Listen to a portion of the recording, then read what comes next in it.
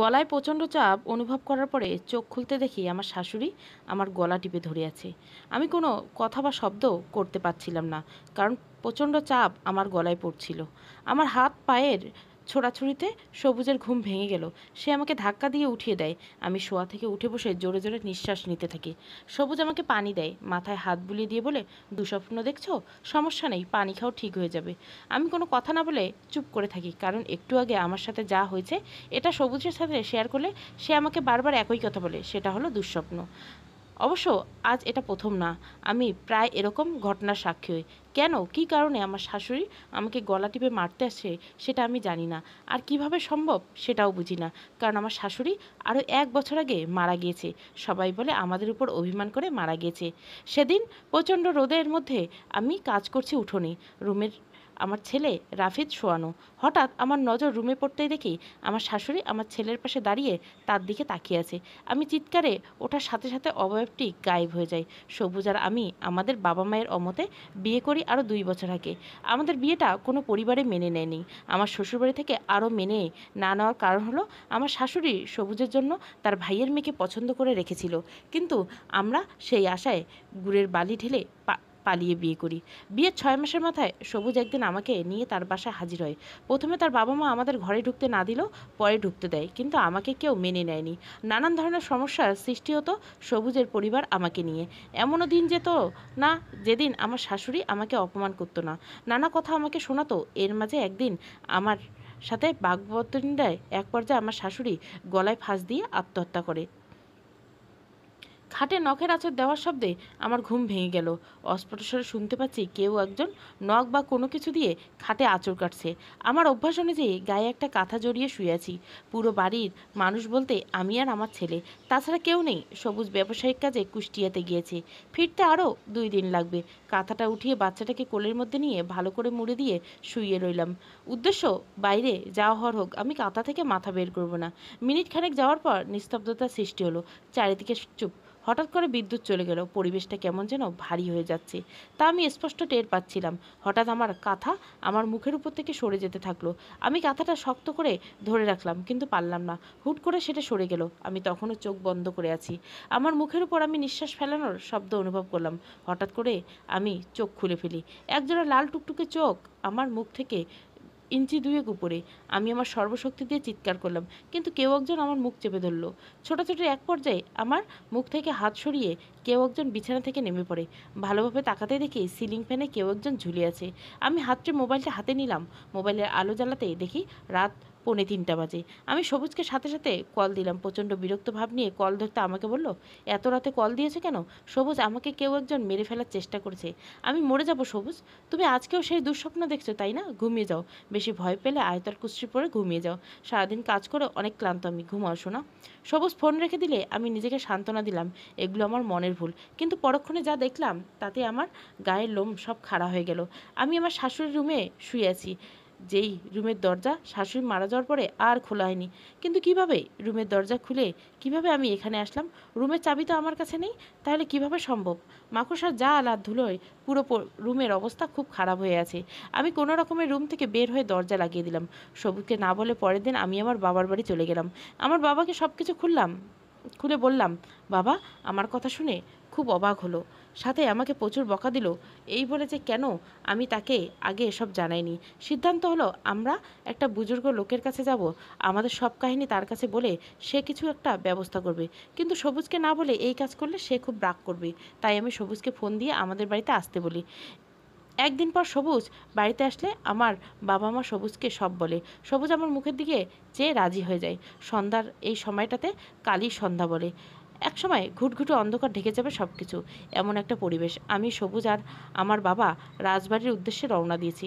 সোনাপুরের একটা হুজুর থাকে, অনেক বুজুর্গ, তার কাছে গেলে আমার সমস্যার সমাধান আছে। মেন রাস্তা থেকে নেমে একটা মাটির রাস্তা দিয়ে 3জন হেঁটে যাচ্ছি। ততক্ষণে রাত 8টা বেজে গেছে। গ্রামে রাত 8টা মানে অনেক কিছু। কিছুদূর যাওয়ার পরে আমরা একটা লোককে দেখলাম, যিনি রাস্তার পাশে দাঁড়িয়ে আছে। আব্বুকে গিয়ে লোকটিকে জিজ্ঞাসা করলাম, আসসালামু আলাইকুম ভাইজান। লোকটা গম্ভীরভাবে উত্তর দেয়, বলেন। আচ্ছা ভাই, সালাউদ্দিন হুজুরের বাড়ি কোন দিকে বলতে পারেন? রাতের বেলা তো তাই চিনতে পারছি না, আপনি আমার সাথে আসেন, পথ দেখিয়ে দিচ্ছি। আমরা কোনো কথা না বলে লোকটার পিছু নিলাম, তাকে অনুসরণ করে হাঁটতে লাগলাম। একটা বাগানের মধ্যে দিয়ে হাঁটছি আমরা, হঠাৎ কেউ একজন আমার পা আঁকড়ে ধরলো। আমি পাটাকে জোরে হাঁচকা টান দিয়ে ছাড়িয়ে নিলাম। প্রথমে ভাবলাম হয়তো কোনো গাছের শেকড় বা পা বেঁধেছে। একই ঘটনার পুনরাবৃত্তি আবার হয়। আমি জোরে চিৎকার দিয়ে উঠলাম। সবুজ আর আমার বাবা দুজনে পেছনে তাকিয়ে দেখে আমি মাটিতে বসে আছি। মোবাইলের ফ্ল্যাশ আমার দিকে ধরতেই আমি দেখি মাটির মধ্যে থেকে একটা হাত বেরিয়ে আছে, যা আমার পা ধরে আছে। আমি ভয়ে চিৎকার এবং কান্না করতে থাকি। তারা দুজনে আমাকে অভয় দিয়ে বলে, সবুজ একটা লাঠি দিয়ে হাতটাতে আঘাত করলে সেটি আমার পা ছেড়ে দেয়। পরক্ষণে সেই হাতটা গায়েব হয়ে যায়। আমার বাবা জোরে জোরে সেই লোকটার কাছে সাহায্য চাইতে থাকে, কিন্তু সেই লোক কেন, লোকটার ছায়াও আমরা দেখতে পাই না। আমরা সবাই আবার হাঁটতে থাকি। কিছু দূর যাওয়ার পরে হঠাৎ কিছু একটার সাথে সবার সামনে থাকা সবুজ ধাক্কা খায়। মোবাইলের ফ্ল্যাশটা ধরে সে দেখতে চায় কিসের সঙ্গে ধাক্কা খেলো। আলো ধরার পরে আমরা যা দেখলাম তাতে সবার চক্ষু চড়ক গাছ হয়ে গেল। কিছুক্ষণ আগে যে ব্যক্তি আমাদের পথ দেখাচ্ছিল সে গলায় ফাঁস দিয়ে ঝুলে আছে। আমরা কোথায় আছি, কিভাবে আছি তা কিছুই বুঝতে পারছি না, কারণ আমরা পথ হারিয়ে ফেললাম। ভয়ে আমি কান্না করতে থাকলাম। আমার জীবনে এমন পরিস্থিতি পড়তে হবে তা কোনোদিন আমি কল্পনা করতে পারিনি। নিজেকে কেন জানি না বারবার দোষী মনে হচ্ছে। হয়তোবা আমাদের কারণে শাশুড়ি মারা গিয়েছে, মনে অনেক কষ্ট নিয়ে, যার ফল আমরা সবাই ভোগ করতেছি। যেই বাগানটায় আমরা ঢুকেছি সেই বাগানটায় পথ কোনো মতেই ফুরাচ্ছে না। মনে হলো সারা রাত হাঁটলে এ পথ ফুরাবে না। এভাবে হাঁটতে হাঁটতে একসময় আমরা ক্লান্ত হয়ে যাই। রাত কীভাবে ফুরিয়ে যায় জানি না। ফজরের আজান হওয়ার সাথে সাথে আমরা আমাদের পথ খুঁজতে থাকি। সোনাপুরে ঢোকার পরে এলাকাটা কেমন যেন নিস্তব্ধ মনে হতে লাগলো। চারিপাশে কেমন যেন চুপচাপ। এলাকায় তেমন কাউকে দেখতে পাচ্ছি না। স্থানীয় এলাকায় জিজ্ঞাসা করে সালাউদ্দিন হুজুরের বাড়ির পথে হাঁটতে লাগলাম। একটা সময় হুজুরের বাড়িতে ঢোকানোর পথে প্রচুর মানুষ আর কান্নার শব্দ শুনে বুঝতে বাকি রইল না এই বাড়িতে কেউ একজন মারা গেছে। কে মারা গেছে তা দেখার জন্য আমার বাবা ভেতরে গেল। মিনিট খানেক পরে আমাদের কাছে এসে বলল, মারে, তোর জন্য কিছুই করতে পারলাম না, হুজুর মারা গেছে। আমি যতটা না কষ্ট পেলাম তার চেয়ে বেশি কষ্ট হয়ে সোনাপুরে হুজুরের মৃত্যু কিভাবে হয়েছে তা কেউ জানে না। সকালে সারা শব্দ না পেরে হুজুরের ঘরে ভেঙে ভেতরে ঢুকে দেখে হুজুরের মরদেহ পড়ে আছে। আমি মানসিকভাবে খুব ভেঙে পড়লাম। আমার মনে শুধু এটাই আসছিল যে আমার শাশুড়ি আত্মা আমাকে মেরে ফেলবে, কিন্তু কেন? সেদিন আমরা রাজবাড়ি থেকে বাসায় চলে আসলাম। সারাটা পথ আমি কারোর সাথে কথা বলিনি। বলার মতো ইচ্ছে শক্তি নেই। নিজেকে অপয়া মনে হচ্ছিল যে আমার কারণেই মনে হয় হুজুর মারা গেছে। দিনের আলো নিভে গেছে। আমার মাথা ব্যথা ওঠায় সন্ধ্যা নামার পরেই আমি শুয়ে পড়লাম। সবুজ বাচ্চাকে নিয়ে পাশের রুমে। গ্রামের রাত মানে 8টার মধ্যে খাওয়া দাওয়া শেষ। সবাই যে যার মতো করে শুয়ে পড়েছে। আমি একা একা রুমে। পাশের রুমে সবুজ আর রাফিদ, আর তার পাশের রুমে আমার বাবা। আমার ঘুম তখনও গাঢ় হয়নি, দরজা আটকানোর জন্য উঠিনি, তাই সবুজ ওপাশ থেকে দরজা লাগিয়ে দিছে। আস্তে আস্তে দরজা খোলার শব্দ আমার কানে স্পষ্ট হলো। হালকা বাতাসে দরজা যেই ক্যাচ ক্যাচ শব্দ করে খুলে, ঠিক তো তেমনই আমি শুনতে পেলাম। তখনই আমার চোখ বন্ধ। দরজাটা একটু খুলে দুম করে আবার বন্ধ হয়ে গেল। আমি উঠে গিয়ে দরজা লাগিয়ে দিয়ে আসলাম। দরজাটা লাগানো মনে হয় আমার সবচেয়ে বড় ভুল ছিল। বিছানার দিকে তাকাতে দেখি একটা কালো বিড়াল আমার বিছানায় শুয়ে আছে। আমার দিকে তার অগ্নিদৃষ্টির দিকে তাকিয়ে আছে। মনে হচ্ছে এই বুঝি আমাকে কামড় দিয়ে বসবে। আমি বুঝে উঠতে পারলাম না বিড়ালটা কোথা থেকে আসলো। আমি বিড়ালটাকে তাড়িয়ে দিতেই সেটি বিছানা থেকে না নেমে যা শুরু করলো তাতে আমার গলা শুকিয়ে কাঠ হয়ে আসলো। বিড়ালটা শূন্যে ভাসছে আর আমার দিকে তাকিয়ে অদ্ভুত রকমের শব্দ করছে। আমি আমার শরীরে সমস্ত শক্তি দিয়ে চিৎকার করলাম, কিন্তু বরাবরের মতো কোনো শব্দ বের হলো না। মানুষ ভয় পেলে নাকি ভোকাল কর্ড কাজ করে না। আমার এক বন্ধু বলতো এগুলো। আজ দেখছি সেটাই সত্যি। এক সময় বিড়ালটা আমার উপর ঝাঁপিয়ে পড়লে তার আক্রমণের ভাষা বলে দিল সে শুধু আমার মুখে আর চোখে আক্রমণ করতে চায়। প্রচণ্ড ধস্তাধস্তির এক পর্যায়ে সবুজ পাশের রুম থেকে বুঝতে পারে কিছু একটা হয়েছে। সে ভেতরের দরজা খুলে আমার রুমে চলে আসে। সবুজ রুমে ঢোকার সাথে সাথে বিড়ালটা চোখের নিমেষে গায়েব হয়ে যায়। সব কিছুই ঠিক ছিল। একটা বিড়াল রুমে ঢুকে ভয় পেয়ে আক্রমণ করতে বসতেই পারে, কিন্তু জলজন্ত একটা বিড়াল চোখের পলকে গায়েব হয়ে যায় কিভাবে? সবুজ আসার সাথে সাথে আমি তার পিছে গিয়ে তাকে জড়িয়ে ধরে কান্না করতে লাগলাম। আমার কাছ থেকে সব কিছু শোনার পর তখনই সিদ্ধান্ত হলো আমাদের মসজিদের হুজুরের কাছে যাওয়ার। আমার বাবার ডাকার জন্য রুমের বাইরে পা দিতেই আমরা দুজনে যা দেখলাম তাতে অবাক হওয়ার মাত্রাটা আরও বেড়ে গেল। দরজার বাইরে একটা বৃত্ত আঁকা, তার মধ্যে একটা বিড়ালের ছবি, আর ছবি উল্টানোর পরে দেখলাম আমার নাম লেখা এবং রক্ত দিয়ে ক্রস চিহ্ন আঁকা। আমি ভয়ে জোরে জোরে কান্না করতে লাগলাম। আমার বাবা কান্নার শব্দ শুনে উঠে আসলো। বিড়ালের ছবি, বৃত্ত, আমার নাম, ক্রস চিহ্ন সব কিছু কেমন যেন অস্বাভাবিক লাগছিল আমার কাছে। আমি জীবনে কোনোদিন এমন ঘটনার সাক্ষী হইনি। মসজিদের হুজুরের কাছে যেতে হুজুর আমাকে না দেখে বললেন, এ তো বড় সমস্যা আছে।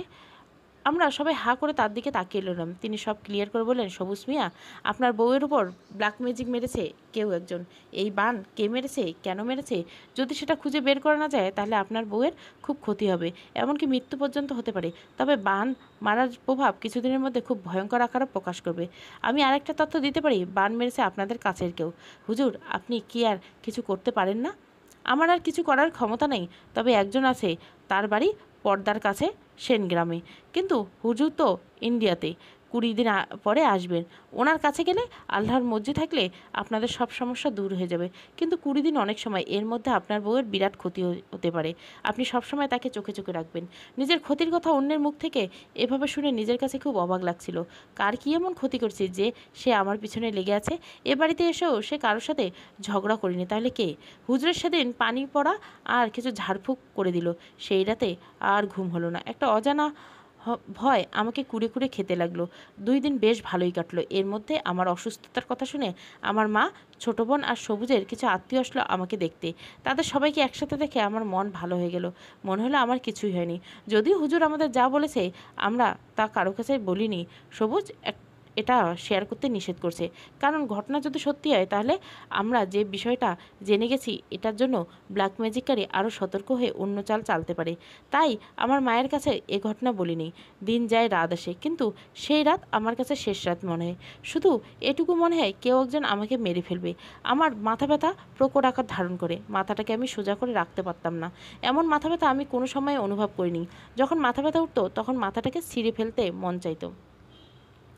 রাতে খাওয়ার পরে সবুজের অভ্যাস অনুযায়ী প্রায় সে তাদের পুকুর পাড়ে যায়। রাফিদ ঘুমিয়ে যাওয়ার পর একা একা ভালো লাগছিল না, তাই মনে করলাম যাই সবুজের সাথে একটু রাত উপভোগ করে আসি। উঠোনে পার হওয়ার পরেই দেখি সবুজ পুকুর পাড়ে বসে আছে। আমি দ্রুত সেখানে চলে গেলাম। আমি যত দ্রুত সবুজের কাছে যাই, সবুজ ততটাই দ্রুত সামনে এগোতে থাকে। হঠাৎ কারো স্পর্শে আমি ঘাড় ঘুরিয়ে কেউ একজন আমার গলা টিপে ধরে।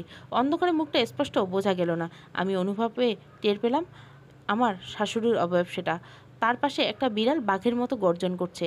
আমার গোঙানির শব্দে পাশের বাড়ি ভাবি কৌতূহলবশত পুকুর পাড়ে এসে দেখে আমি শূন্যে ভেসে আমার সামনে কিছু একটা ধরার চেষ্টা করতেছি। সে চিৎকার করতে সবুজ আর কয়েকজন সেখানে যায়। মানুষের উপস্থিতি টের পেয়ে অবয়বটা আমাকে ছেড়ে দেয়। আমি 2 হাত উপর থেকে মাটিতে পড়ে যাই। আমার প্রায় দম বন্ধ হয়ে যাওয়ার উপক্রম পড়ছিল। আর একটু হলে মনে হয় আমি মরেই যেতাম, কিন্তু এভাবে আর কতদিন। আমাকে সবাই মিলে ধরে একটা রুমে নিয়ে যাচ্ছে। আমি স্পষ্ট দেখতে পেলাম সেই বিড়ালটা আমার দিকে তাকিয়ে অদ্ভুতভাবে শব্দ করতে করতে সামনে এগিয়ে যাচ্ছে। সবার সামনে ওই বিড়ালটা। আমি সবুজকে বললাম, ওই বিড়ালটা আমাকে সেদিন মারতে এসেছিল। সবুজ, ওই দেখো ওই বিড়ালটা। সবুজ এদিক ওদিক তাকিয়ে আমাকে বলল, আরে ওখানে বিড়াল নেই তো, তুমি ভুল দেখছো। বিড়াল আসবে কোথা থেকে? কিন্তু আমি তখনও স্পষ্ট বিড়ালটাকে দেখতে পেলাম। বিড়ালটা সবার আগে রুমে প্রবেশ করলো। আমি দরজার বাইরে গিয়ে দাঁড়াতে কেন জানি না আমার মাথা ব্যথা প্রকট আকার ধারণ করলো। মাথায় যন্ত্রণায় আমি অজ্ঞান হয়ে গেলাম। ঘুম ভাঙলো, মুখে পানি ছিটাই। সবুজ আমার ঘুম ভাঙিয়ে আমাকে বলে, উঠে রেডি হও, সেই হুজুর গতকাল এসেছে, আজকে তার সাথে দেখা করতে যাব। সব কিছু তাকে খুলে বলল। ইনশাআল্লাহ তাহলে ভালো হয়ে যাবা। আমি উঠে ফ্রেশ হয়ে রেডি হচ্ছি, এমন সময় আমাদের বাড়িতে সবুজের মামাতো বোনের আগমন। যার সাথে সবুজের বিয়ে ঠিক হচ্ছিল, সে চিল্লায় বলল, ভাইয়া, আমি আজ স্বপ্নে দেখেছি তোদের খুব খারাপ কিছু হবে। তোরা প্লিজ বাড়ির বাইরে যাস না। স্বপ্নে দেখেছি তোরা অ্যাক্সিডেন্ট করছিস, কী একটা অবস্থা। আমি তোদের আজ বাড়ির বাইরে যেতে দেবো না। ভোর রাতের স্বপ্ন সত্যি হবে। আরে আজ তোর ভাবিকে ওই হুজুরের কাছে দেখাতে হবে। তোর ভাবি কেমন সমস্যা হচ্ছে তুই দেখিস না? ভাবিকে কালকে দেখাতে পারবা, আজ যাওয়ার দরকার নেই। সবুজ আমার দিকে এগিয়ে এসে বলল, এত করে বলছে তাহলে কাল যাই। সত্যি যদি কোনো অঘটন ঘটে তাহলে তো খারাপই হবে, তার চেয়ে বরং আগামীকাল যাই। আমি কিছু না বলে শুধু মাথা নেড়ে সায় দিলাম। সেদিন রাতটা আমার জীবনের সবচেয়ে অভিশপ্ত রাত ছিল। বিকাল থেকে শুরু হয় আমার প্রচণ্ড মাথা ব্যথা, এক পর্যায়ে রক্তবমি। চোখ বন্ধ করলে আমার শাশুড়ি এসে আমাকে গলা টিপে ধরে আর বিলারটা হিংস্র রূপ প্রদর্শন করে। সেদিন রাতে যখন সবাই ঘুমিয়ে গেছে ঠিক তখন একটা শব্দে ঘুম ভাঙে। না, বিশেষ কোনো শব্দ না। আমার শোবার ঘরের পাশে গোয়ালঘর। মনে হচ্ছে কেউ যেন গোয়ালঘর থেকে গরু নিয়ে যাচ্ছে। সেই ভয়ে গরু 2টা ডাকাডাকি করতেছে। মাথা ব্যথা এতটাই বেশি ছিল যে ওঠার মতো শক্তি না বা সামর্থ্য কোনোটাই হচ্ছিল না। তবু আমি একা একা গোয়ালঘরের দিকে যাত্রা শুরু করি, যেটা আমার সবচেয়ে বড় ভুল ছিল। বাইরে গিয়ে দেখি গোয়ালঘরের দরজা খোলা। আমি ভেতরে টর্চের আলো ধরতে কেউ একজন আমার মুখের উপর একটা পর্দা ফেলে দিয়ে আমার হাত পা বেঁধে ফেলে। আমার মুখ চেপে ধরে প্রচণ্ড মারধর করতে থাকে আমাকে। আমার মুখ চেপে ধরে রাখায় আমি না কান্না করতে পারছিলাম না চিৎকার করতে। কিছুক্ষণ মারার পর সে টান দিয়ে আমার মাথার কিছু চুল ছিঁড়ে নেয় এবং গোঙাতে গোঙাতে বলে, এই কুত্তার বাচ্চার তো খালি খালি মরবে না মনে হয়, আমি আগেই মেরে ফেলবো। রাতে ওয়াশরুমে যাওয়ার প্রয়োজন পড়লে সবুজ বাইরে এসে দেখে আমি ওভাবেই পড়ে আছি গোয়ালঘরের সামনে। কিছুদিন যাবত নিজেকে খুব অসহায় মনে হয়, না আছে আমার কোনো ক্ষমতা, না আছে অন্য কিছু। পরের দিন সকাল থেকে আসল খেলা শুরু। আমি মাথায় হাত দিয়ে দেখি আমার চুলগুলো হাতের সাথে উঠে আসা শুরু করলো। বোনাস হিসেবে মাথা ব্যথা, প্রচণ্ড মাথা ব্যথা আর চুল পড়ার কারণে একদিনে আমার চুল অর্ধেক হয়ে যায়। বিকেলবেলা সবুজ এসে বলল, এই তাড়াতাড়ি রেডি হয়ে নাও, হুজুরের বাড়ি যাব। হুজুর বাড়ি গেলে কি আমাকে বাঁচাতে পারবে? বেশি কথা বলো না তো, রেডি হও। সবুজের সাথে রেডি হয়ে পড়লাম। হুজুরের বাড়ি যেতে যেতে সন্ধ্যা হয়ে গেল। ভদ্রলোক মাগরিবের নামাজ পড়তে পড়তে মসজিদে গেছে। আমাদের তার আসা পর্যন্ত অপেক্ষা করতে হলো। আমাদের আগে আরও দুজন এসে বসে আছে। মিনিট 20 পর হুজুর আসলো। ভদ্রলোকটা অনেকটা বয়স্ক, ঢিলে ঢালা পাঞ্জাবি পরা। সিরিয়ালে যখন আমার ডাক আসলো তখন আমি আর সবুজ ভেতরে গেলাম। আমাকে দেখে সব কিছু শুনে কী সব করে আমাদের বলল, সবুজ আপনার স্ত্রীর উপর বান মেরেছে আপনাদের খুব কাছের একজন লোক। আমি নাম বলতেছি না এখন, কিন্তু যে এই কাজটি করেছে সে আপনাদের খুব কাছের লোক। আপনাদের ঘর থেকে সেই লোকটা অনেক কিছু সংগ্রহ করেছে। আপনার স্ত্রী কাপড়ের অংশ, চুল আর তার ব্যবহৃত মাথার তেল, আরও অনেক খুঁটিনাটি জিনিস। খুব শক্তিশালী একটা জিনের মাধ্যমে এই বানটি মারা হয়েছে। আপনাদের রুমের আশেপাশে এই বানটি মারার জিনিসপত্র আর যেই জিনিসটাকে সম্বল করে বান মারা হয়েছিল সেটি আছে। এগুলো খুঁজে বের করতে হলে আমাকে আপনার বাড়ি যেতে হবে। আপাতত আমার সাধ্যমতো আমি সব কিছু করে দিচ্ছি, বাকিটা আল্লাহর ভরসা। তিনি ছাড়া কোনো ইলাহ নেই, তিনি পারবেন আপনাদের রক্ষা করতে। তবে আরেকটা কথা, আপনার স্ত্রীকে চোখে চোখে রাখবেন, যে কোনো সময় যে কোনো ধরনের অঘটন ঘটে যেতে পারে। হুজুরের কথা শুনে আমি অবাক হয়ে গেলাম। কান্না তো দূরের কথা, আমার বরং হাসি পাচ্ছিল। আমি কি কাউকে কিছু করেছি না কারো কোনো ক্ষতি করেছি বুঝতে পারছিলাম না। বাড়ি ফেরার পথে আমি কোনো কথা বললাম না সবুজের সাথে। সারা পথ চুপ করে রইলাম। বাড়িতে ফিরে দেখি বারান্দায় একধার কর্নারে বসে আমার বাবা আর আমার শ্বশুর গল্প করছেন। আমার শ্বশুর অনেকদিন পর আমাদের বাড়িতে এসেছেন। আমার শাশুড়ি মারা যাওয়ার পরে আমাদের বাড়ি থেকে চলে গিয়েছিলেন, আর কখনো আসেননি। আমার বাচ্চা যখন হয় তখন হসপিটালে গিয়ে তার নাতিকে কোলে নিয়ে 500 টাকার একটা নোট গুঁজে তার দায়িত্ব পালন করে চলে এসেছিলেন। দুজনকে কানের পাতিলে এগিয়ে গিয়ে সবুজের মামাতো বোন মুক্ত আমাকে দেখে আমার বাবা বলে উঠল, ওই যে ওরা চলে এসেছে। আমার শ্বশুর তখনও চুপ করে বসেছিল। একটু পরে তার সমস্ত অভিমান ছেড়ে আমার সামনে এসে কান্না করতে করতে বলে, মা তোমার কি হয়েছে? আমাকে আগে জানাও নেই কেন? আমি কি তোমার পর? নানা কথা আর প্রশ্ন করতে লাগলো আমাকে। আমি চুপচাপ তার প্রশ্ন শুনে গেলাম। আমার মনে অনেক অভিমান জমা আছে, আমি কি চাইলে সেগুলো প্রকাশ করতে পারবো? তার চেয়ে বরং চুপচাপ শুনি। মুক্তা এসে আমাকে বলল, ভাবি চলেন রুমে, আমি রান্না করে রেখেছি, দুজন ফ্রেশ হয়ে খেয়ে নেন। এই সবুজ ভাইয়া দুজনে গোসল করে আসো, ভালো হবে। সব কিছু করে রুমে আসার পরে বিছানায় গিয়ে কিছু অদ্ভুত জিনিস লক্ষ্য করলাম। মনে হচ্ছে কেউ একজন আমাদের রুমে ঢুকে বিছানাপত্র উলটপালট করে দেখেছে। দরজার সামনে মাটি কিছুটা আলগা মনে হলো। সব মিলিয়ে আমার কাছে মনে হতে লাগলো আমাকে মারার জন্য কোমর কাপড় আঁটোসাঁটো করে বেঁধেছে কেউ, কিন্তু কে? চোখ খুলে দেখি আমি আমাদের এলাকার কবরস্থানের নিচের দিকে, আমার বুক পর্যন্ত মাটির নিচে। আমি রাতের ঘটনা মনে করতে লাগলাম, আমার সাথে কি হয়েছিল, কেনই বা আমি এখানে। রাত তখন অনুমানিক 12:30। ওয়াশরুম যাওয়ার জন্য বের হচ্ছি। আমার অভ্যাস অনুযায়ী চুল ছেড়ে শুয়েছিলাম সেদিন। ওয়াশরুমে যাওয়ার সময় চুল বেঁধে নেইনি। বারান্দা থেকে পা ফেলতে কেউ একজন আমার চুলের মুঠি ধরে আমাকে হ্যাঁচকা টান দিয়ে শূন্যে নিয়ে গেল। চুল ধরার সাথে সাথে আমার মাথা ব্যথা প্রচণ্ড রূপ ধারণ করলে আমাকে 2 শূন্য থেকে 3 বার ঘুরিয়ে আমাকে নিয়ে গেল গ্রামের কবরস্থানের নিচে। ঢালু ধানি জমিতে আমাকে আছাড়ে দিয়ে ফেলা হলো। আমার নড়াচড়া করার শক্তি ছিল না। আমাকে আবারও আছাড়া দেওয়া হলো, যার ফলে আমি ক্রমশ মাটির ভেতরে দেবে যাচ্ছিলাম। জানি না কেন, কিন্তু এক পর্যায়ে আমাকে ছেড়ে দেওয়া হলো। তারপর আমি অজ্ঞান হয়ে যাই। সকালে ধানের জমি দেখতে এসে আমাকে দেখে গ্রামের একজন আমাকে চিনতে পেরে সবুজের কাছে ফোন দেয়। হাসপাতালে যাওয়ার পর আমাকে ভর্তি করানো হয়। এক্স-রেতে দেখানো হয় আমার মেরুদণ্ডে আঘাত লেগেছে, আমাকে বেড রেস্টে থাকতে হবে। আমার জীবনটাকে খুব তুচ্ছ মনে হলো। সবুজ আমার সামনেই হুজুরকে ফোন দিলেন। তাদের কথোপকথনে বুঝতাম আমি সুস্থ হলে হুজুরকে ফোন দিতে বলবো। একের পর এক অদ্ভুত সব কাণ্ড আমার সাথে ঘটতে লাগলো। আমি অতীতের কিছু কথা মনে করতে লাগলাম। তাই সংসার, আমার আপন বলতে সবুজ, রাফিদ আর আমার শ্বশুর। মুক্তা আমাকে তার বোনের মতো দেখে, আর মুক্তা মা মাঝে মাঝে আসে আমাদের বাড়িতে বেড়াতে। আমার শাশুড়ি মারা যাওয়ায় পরে আমাকে অভিশাপ দিয়েছিল মুক্তার মা। বাড়ি ভরা মানুষের সামনে আমাকে মন ভরে অভিশাপ আর গালমন্দ করেছিল। এরপর থেকে আর আসে না আমাদের বাড়িতে। হাসপাতালে বিছানায় শুয়ে আছি, হঠাৎ আমার রুমে শাশুড়ি আগমন। হাতে টিফিন বক্স আর ফলমূলের প্যাকেট নিয়ে আমার কাছে এসে বলল, এই ওঠো বৌমা, এগুলো খেয়ে নাও, তোমার শরীর খুব দুর্বল। আমাকে খাওয়ানোর জন্য টিফিন বক্স খুকে তার মধ্যে থেকে একটা ছুরি বের করে আমাকে মারতে লাগলো। আমি খুব জোরে চিৎকার করে উঠলাম। আমার চিৎকার শুনে সবুজ লাফিয়ে উঠে বসলো। আমাকে ধাক্কা দিয়ে বলল, এই কি হয়েছে তোমার, চিৎকার করো কেন? আমি চোখ খুলে বুঝলাম এটা আমার দুঃস্বপ্ন। হাসপাতাল থেকে আমাকে ছাড়া হলো 3 দিন পর। যদিও কোমরটা নড়াতে পারি না ঠিক মতো, তবু হাসপাতাল ছেড়ে চলে আসলাম। কেন জানি দম বন্ধ হয়ে আসলো। বাড়ি ফেরার পরে সবুজ হুজুরকে ফোন দিল। হুজুর বলল, আজ সন্ধ্যার মধ্যে আমাদের বাড়িতে আসবে। আমার শরীর খারাপ দেখে আমার মা আর বোন এসেছে আমার সাথে। তারাই বাড়িতে সমস্ত কিছু করেছে, সাথে মুগ্ধ তাদের সাহায্য করেছে। হুজুর আসলো আছরের নামাজের পর। তার সাথে 2জন লোক আসছে। আমাদের বাড়ির চারপাশটা তারা খুব ভালোভাবে লক্ষ্য করলো, ঘুরে দেখলো। আমাদের সবাইকে একসাথে হতে বলে হুজুর বলল, আমাকে একটা জায়নামাজের ব্যবস্থা করে দিন। সবুজ জায়নামাজ এনে দিল। সবুজের আশা দেখে আশেপাশে অনেক লোক জড়ো হলো। সবাই খুব উচ্ছ্বাস নিয়ে কি ঘটেছে দেখছে। আমি অসহায়তার মতো তাদের চাহিনি দেখছি। হঠাৎ হুজুর বলল, সবুজ, আপনাদের শোবার ঘরে আমাকে নিয়েছিলেন। সবুজ কোনো কথা না বলে তাকে নিয়ে গেল। আমি বারান্দা থেকে দেখলাম হুজুর আমার বিছানার নিচ থেকে একটা পচা টাকি মাছ বের করে নিয়ে আসলো, কিন্তু তার কোনো গন্ধ নেই। আমার সামনে ধরে বলল, এইটা হলো আপনার মাথা ব্যথার কারণ। সবুজ, আরও একটা জিনিস আছে আপনাদের বাড়ির আশেপাশে। যেই জিন এই বান মারার সাথে জড়িত সে খুব শক্তিশালী জিন। আমি সর্বোচ্চ চেষ্টা করছি জানার আর কি কোথায় আছে, কিন্তু তার সাথে আমার জিনগুলো শক্তিতে বুদ্ধিতে পারছে না। তবে খুব শীঘ্রই সমস্যা পাবেন। একটা অনুরোধ, আপনারা ছাড়া আপনাদের রুমে যেন কেউ না ঢোকে, এদিকে নজর রাখবেন।